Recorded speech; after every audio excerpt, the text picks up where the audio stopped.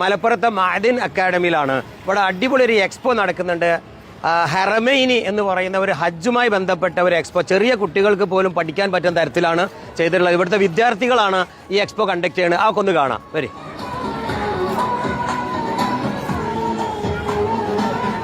വിദേശത്തൊക്കെ ഒരുപാട് എക്സ്പോ പോയി കണ്ടിട്ടുണ്ടെങ്കിലും വളരെ വ്യത്യസ്തമായ കുട്ടികളുടെ വിദ്യാർത്ഥികളുടെ കരവിരുതാണ് ഇവിടെ ഹൈലൈറ്റ് ചെയ്യുന്നത്. ഏതൊരു സാധാരണക്കാർക്കും വളരെ പെട്ടെന്ന് ഹജ്ജിനെ കുറിച്ച് പഠിക്കാൻ പറ്റുന്ന, കണ്ടു മനസ്സിലാക്കാൻ പറ്റുന്ന രീതിക്കാണ് ഇതിന്റെ ഡെമോൺസ്ട്രേഷൻ.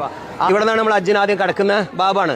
പണ്ട് കാലത്ത് കാണാൻ പോണത് 967 മുൻപേ ഉള്ള കഅബാലയവും അതിലേക്കുള്ള വഴികളും ഒക്കെയാണ്. അതിലേറെ നമുക്ക് എളുപ്പത്തിൽ പറയാനാണെങ്കിൽ സൗദി ഗവൺമെന്റിന്റെ വികസനത്തിന് മുമ്പേ ഉണ്ടായിരുന്ന വികസനത്തിന് മുന്നേ ഖുറൈശികളുടെ കാലത്തുണ്ടാക്കിയ കഅബാലയാണ്.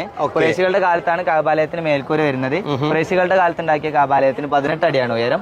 പിന്നീട് ഇവിടെ ഒരു ആവിഷ്കാരമാണ്. 997 വരെ മിനയിൽ ഉണ്ടായിരുന്നത് തുണിത്തരങ്ങൾ കൊണ്ടുള്ള തമ്പുകളായിരുന്നെങ്കിൽ ഇന്ന് അത് ശീതീകരിച്ച് AC ഫൈബർ ഗ്ലാസ് ഖത്തറിന് ശേഷം 997 തീപിടുത്തം വരുന്നത്. 97 തീപിടുത്തത്തിന് ശേഷം 97 മോനെ സൗദിയിൽ ഞാനുണ്ട്. ആ രംഗം വല്ലാത്തൊരു അനുഭവമായിരുന്നു.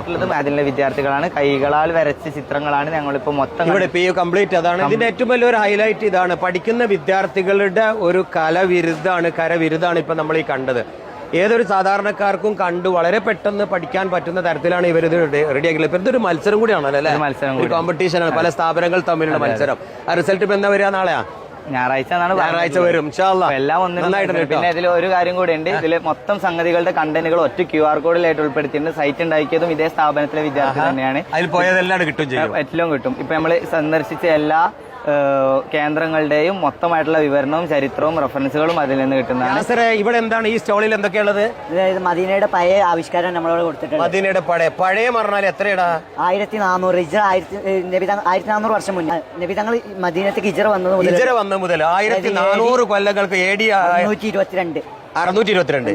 ഈ ഒരു മാപ്പിൽ പറഞ്ഞു കൊടുത്ത് എത്ര നിങ്ങൾ ഒരു വീഡിയോ ഇട്ട് പറഞ്ഞു കൊടുത്താലും ഈ കാണുന്ന ഒറിജിനൽ ഒരു ഫിസിക്കൽ കാണുന്നതിന്റെ ഒരു എന്താ പറയാ റിസൾട്ട് ഒരു ചിത്രത്തിനും കിട്ടില്ല.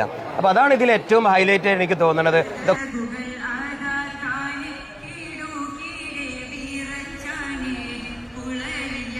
اهلا وسهلا مرحبا بكم حياكم الله وبياكم. هذا هو مقام الاطفال المخصص للاطفال وطلاب وهذا اولا هناك خطوه. 6-7 കൊല്ലം സൗദി അറേബ്യയിൽ പോയിട്ട് ചെറിയ തട്ടുമുട്ടു അറബിയായിട്ട് വന്നതാണ്. സകലമാനം പോയി മോനെ. മലയാളത്തിലെ എന്റെ പ്രേക്ഷകർക്കൊന്ന് വിശദീകരിച്ച് കൊടുക്കും. മലയാളി കുട്ടിയല്ലേ? അതാണ്. എന്താ അവന്റെ ഫ്ലുവൻസി ശ്രദ്ധിച്ചങ്ങള്? ഭയങ്കര ഇഷ്ടമായി എനിക്ക് കേട്ടോ. നല്ല ക്ലാസിക്കൽ അറബി. ഇതെങ്ങനെ പറയുമ്പോണ്ടല്ലോ രോമങ്ങനെ നീട്ടി കാണാൻ പോകുന്നത് കഅബയുടെ വിവിധ 10 ഘട്ടങ്ങളാണ്. എങ്ങനെ ഇന്നത്തെ കഅബ നൂറ്റാണ്ടുകൾക്ക് അല്ല ആയിരക്കണക്കിന് വർഷങ്ങൾക്ക് മുമ്പ് കഅബ എങ്ങനെയായിരുന്നു എന്നുള്ളതിന്റെ നല്ല ഒരു ഡെമോൺസ്ട്രേഷൻ ആണ്. ലൈവ് നമുക്കൊന്ന് കാണാം. സെയ്ദ് നൊഹ്മാൻ അൽ ഹൈദ്രസ് വയനാടാണ്. തങ്ങന്മാര് മാത്രമാണ്. അതൊരു പ്രത്യേകതയുണ്ട് അല്ലെ? സയ്യിദന്മാരുടെ ഒരു കലാവിരുതുകളാണ് ഇവിടെ ഉള്ളത്. നിങ്ങൾ സയ്യിദാണോ? ഇവിടെ പ്രധാനമായിട്ട് ഈ വിവിധ കാലങ്ങളിൽ നടന്ന 10 ഘട്ടം മനുഷ്യന്മാർ നടത്തിയ 10 ഘട്ടം. ആദം നബി, ഷീസ് നബി, ഇബ്രാഹിം നബി, അമാലി സമൂഹം, ജുറൂസ് സമൂഹം, കുസൈ കിലാബിന്, അങ്ങനെ ഖുറൈശ് ഗോത്രം, പിന്നെ അബ്ദുള്ള ബിൻ സുബൈർ തങ്ങളുടെ കാലഘട്ടം, ഹജ്ജാജ് ബിൻ യൂസഫ്, പിന്നെ സുൽത്താൻ മുറാദ് 4, പിന്നെ ഫഹദ് രാജാവിന്റെ കാലഘട്ടത്തിലേക്ക് എത്തിക്കഴിഞ്ഞാൽ നമ്മൾ ഇന്നത്തെ കഅബ 11 വേണമെങ്കിൽ പറയാം. അങ്ങനെ 32 മീറ്റർ ഇന്നത്തെ കഅബ. ഇതിന്റെ വേറെ പ്രത്യേകത എന്താണെന്ന് വിചാരിച്ചാൽ ഇത് ഉയർത്താൻ വേണ്ടിയിട്ട് ഇബ്രാഹിം നബി നിന്നൊരു കല്ലിങ്ങനെ ഉയർന്നു പോകും. അതാണ് പിന്നീട് ഇബ്രാഹിം മക്കാം എന്നിട്ട് നമുക്ക് കാണാൻ കഴിയുന്നത്. ഈ 2 ജനതകൾ അമാലിക ഗോത്രവും ജുർഹും ഗോത്രവും ഇസ്മായിൽ നബീന്റെ ആൾക്കാരാണ്. ഇവർ രണ്ടാളും പണിത് 4-5 ഘട്ടങ്ങൾ കഴിഞ്ഞ് പിന്നെ റസൂലുള്ളാഹിന്റെ വല്യപ്പ ഹുസൈൻ ബിൻ കിലാബ്. ഇവ ഈ 3 ഘട്ടങ്ങൾ ഏകദേശം ഈ ഒരു രൂപത്തിലാണ്. അതായത് മുകളിൽ ഗ്രൂഫ് ഇല്ലാത്ത 2 ഡോർ വരുന്ന രൂപത്തിലാണ്. പിന്നീട് പ്രധാനമായിട്ട് കഅബക്ക് മാറ്റം സംഭവിക്കുന്നത് ഖുറൈശികളുടെ കാലഘട്ടത്തിലാണ്. ഈ ഖുറൈശികളുടെ കാലഘട്ടത്തിൽ അവർക്കൊരു ഹലാലായ മാർഗം നമ്മൾ ഇവിടെ വെച്ച് പണി നിൽക്കുന്നുണ്ട്. പിന്നെ ഇവർക്ക് ഇത് പൂർത്തീകരിക്കാൻ സാധിക്കുന്നില്ല. അപ്പൊ ഈ ഒരു ആർച്ച് ഭാഗം തറയായിട്ട് മാറി.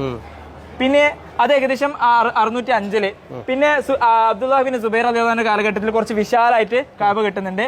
അതിനുശേഷം ഹജ്ജാജ് ബിൻ യൂസഫിന്റെ കാലത്ത് കുറേശികൾ അതേ മോഡലാണ് ഇവിടെ സ്വീകരിച്ചിട്ടുള്ളത്.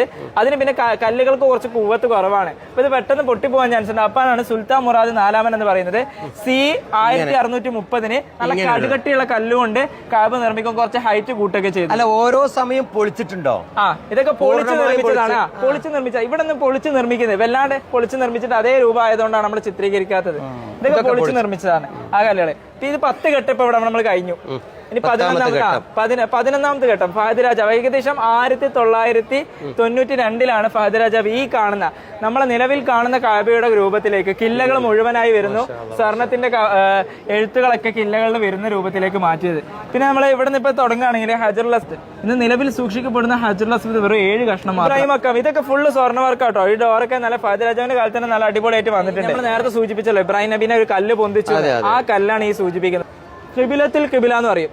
അതായത് ഈ സ്വർണ്ണപ്പാത്തി നമുക്ക് കാണാം. ഈ സ്വർണ്ണപ്പാത്തി ഈ കില്ലയുടെ കാബയുടെ സ്വർണ്ണപ്പാത്തി ഡയറക്ഷൻ നേരെ പോകുന്നത് ഹബീബന റസൂലുള്ളാഹി സ്വല്ലല്ലാഹു അലൈഹി വസല്ലമ തങ്ങൾ അന്ത്യവിശ്രമം കൊള്ളുന്ന റൗള ഷരീഫിലേക്കാണ്.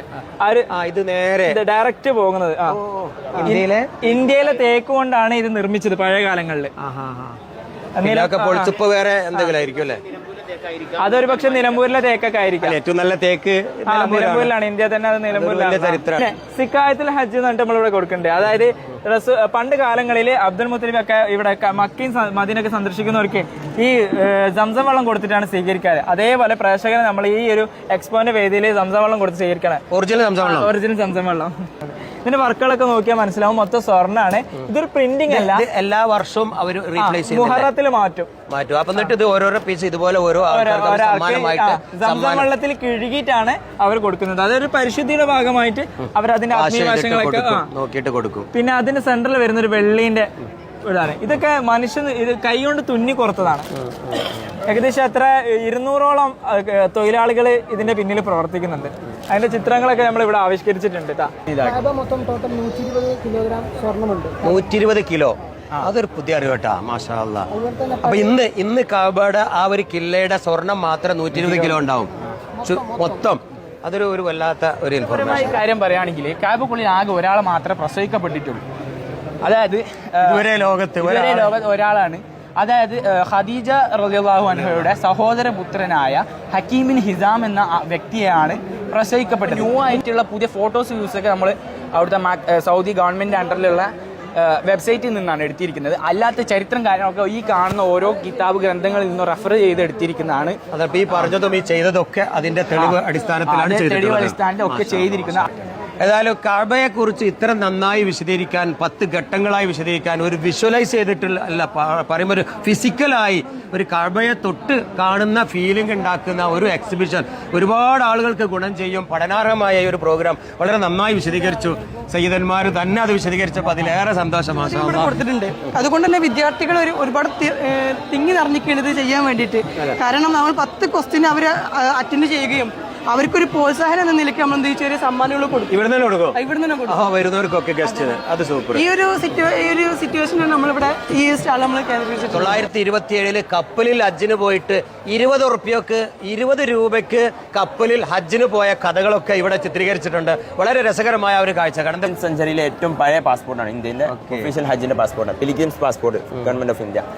ഇത് പഴയ കാലത്തെ ഹാജിമാര് ഹജ്ജ് പോകുമ്പോൾ അവർ കൊണ്ടുവരുന്ന പെട്ടി ഇതുപോലെ ഇരുമ്പ് പെട്ടിയായിരുന്നു. കപ്പലുകൾ അന്ന് ഈ ഹജ്ജിന് കപ്പലിന്റെ പേരുകളാണത്.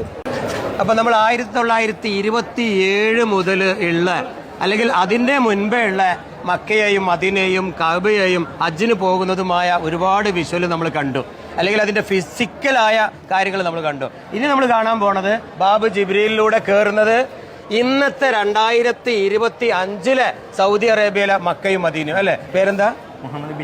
മുഹമ്മദ് ബഷീർ. കയറി വരുമ്പോൾ തന്നെ കാണുന്നത് ഇന്നത്തെ കഅബാലയത്തിന്റെ അല്ലെങ്കിൽ ഇന്നത്തെ മക്കയുടെ ആ ഫസ്റ്റ് ഭാഗം തന്നെയാണ് അല്ലേ.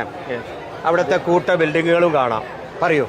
ഇത് മക്ക, മദീന, അതുപോലെ നമ്മൾ സാധാരണയായി പോകുന്ന 45ഓളം പ്രധാന ചരിത്ര സംഭവങ്ങൾ അടങ്ങിയ കേന്ദ്രങ്ങളെ ഉൾക്കൊള്ളിച്ചിട്ടുള്ള ഒറ്റ പ്ലാറ്റ്ഫോം, ഒറ്റ മിനിയേച്ചർ. സൗദി അറേബ്യ മുഴുവൻ മക്കയും മദീനയും നമ്മൾ സാധാരണ പോകുന്നത് നമ്മൾ അറിഞ്ഞിരിക്കേണ്ടതുമായ 45ഓളം പ്രധാന കേന്ദ്രങ്ങളാണ് അടിസ്ഥാനമാക്കിയിട്ടുള്ളത്.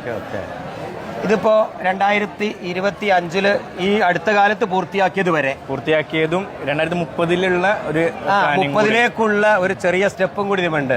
Very good. Haramain expo.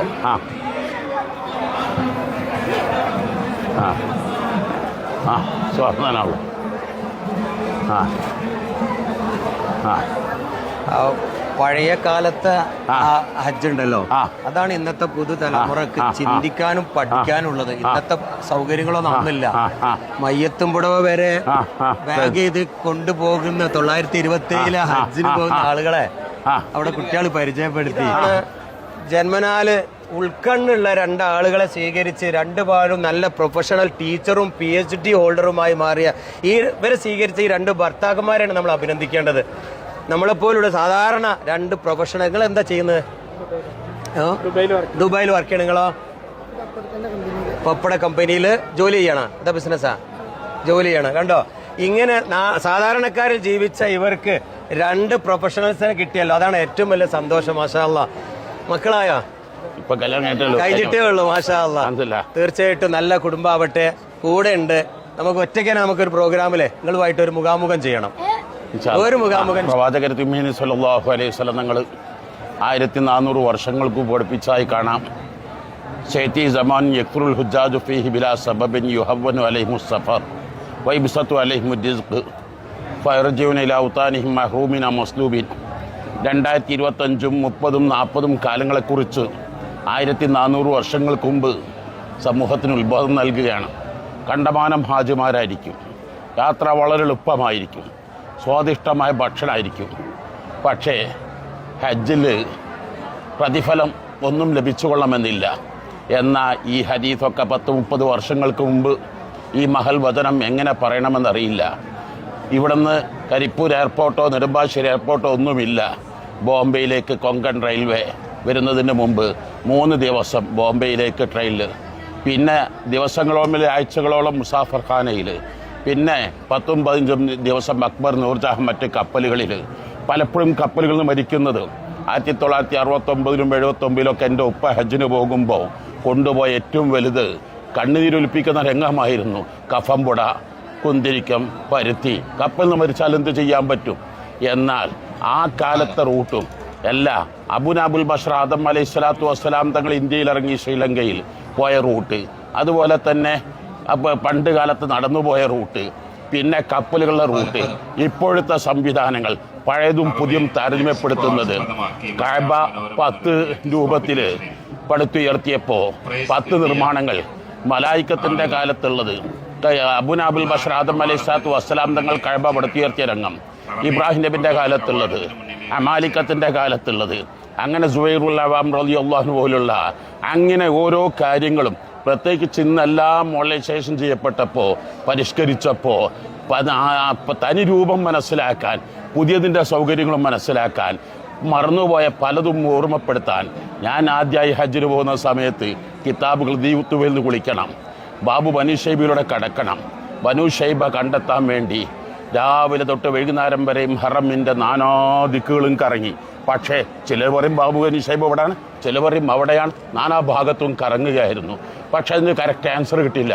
ആദ്യം അവിടെ എക്സിബിഷനിൽ വന്നപ്പോൾ 1967 ഏപ്രിൽ 22 വരെയും ബനു ഷൈബ ഉണ്ടായിരുന്നു, ബാബു ബനു ഷൈബ. അത് അന്നാണ് ഹറം വികസനത്തിന് വേണ്ടി പൊളിച്ചത്. അങ്ങനെ പല പല വിവരങ്ങളും നമുക്കിത് മനസ്സിലാക്കാൻ കഴിയുന്നുള്ളൂ. അതെല്ലാം ഇതിൽ പഠിച്ച കുട്ടികളാണ് ഇതെല്ലാം രൂപകൽപ്പനയും പ്ലാനിങ്ങും എല്ലാം ചെയ്തത്. ഇതിൽ 1 രൂപ പോലും വാടകയ്ക്കോ അല്ലെങ്കിൽ മറ്റാരും ഇല്ല എന്നും കൂടി വളരെ ശ്രദ്ധേയമാണ്. 2025 എടുത്തു പറയേണ്ട ഒരു ചരിത്ര സംഭവമാണ് ആ കാണുന്നത്. കണ്ണു കാണാത്ത സ്വഹാബിയുടെ പണ്ട് ചരിത്രത്തിൽ ആ വീട് ആരും ഒരു കാര്യത്തും അവിടെ കണ്ടിട്ടില്ല, പറഞ്ഞു കേട്ടിട്ടില്ല. 6 മാസം മുന്നെയാണ് ചരിത്രകാരന്മാർ 12 മീറ്റർ റോഡിന്റെ താഴെ ജർമ്മൻ റിസർച്ചുകാർ അത് കണ്ടെത്തിയത്. ഇപ്പൊ അത് റീക്രിയേറ്റ് ചെയ്തിട്ടുണ്ട്. അത് ഈ എക്സിബിഷനിൽ വളരെ വ്യക്തമായി കുട്ടികൾ പ്രദർശിപ്പിക്കുകയാണ്. അതാണ് 2025 1927 തമ്മിലുള്ള വല്ലാത്തൊരു വ്യത്യാസം ഞാൻ ഫീൽ ചെയ്തത്. മാഷാ അല്ലാ, ഉഷാറായി. അത് സഹസ്രാബ്ദങ്ങൾക്ക് മുമ്പുള്ള ആദം നബി അലൈഹി സ്വലാത്തു വസ്സലാങ്ങളുടെ ആ റൂട്ട് തൊട്ടിട്ട് ഇന്നത്തെ 2025 വരെയുള്ള എല്ലാ വലിയ ഇതും നമുക്ക് നേരിട്ട് അനുഭവിച്ചറിയാൻ കഴിയും. ഒറ്റ കൊടക്കീഴിൽ കൊണ്ടുവന്നു. വളരെ ഏറ്റവും വലിയ സന്തോഷം. ഇതിന്റെ വിഷ്വൽസ് ഞാൻ ഇടുന്നുണ്ട്. ഇതിന്റെ മൊത്തം വീഡിയോ ഇതിന്റെ തൊട്ട് താഴെ ഇതിന്റെ ലിങ്കിലുണ്ട്. അതെല്ലാവരും കാണുക, നിങ്ങളുടെ അഭിപ്രായം രേഖപ്പെടുത്തുക. ഈ വീഡിയോ നിങ്ങൾക്ക് കാണാൻ അതിനും തയ്യാറാക്കിയ ഒരു QR കോഡ് അതിന്റെ താഴെ ഇടുന്നുണ്ട്. അതിലെല്ലാ വിഷ്വൽസും ഉണ്ടാകും. ഇൻഷാ അല്ലാഹ്. വളരെ സന്തോഷം.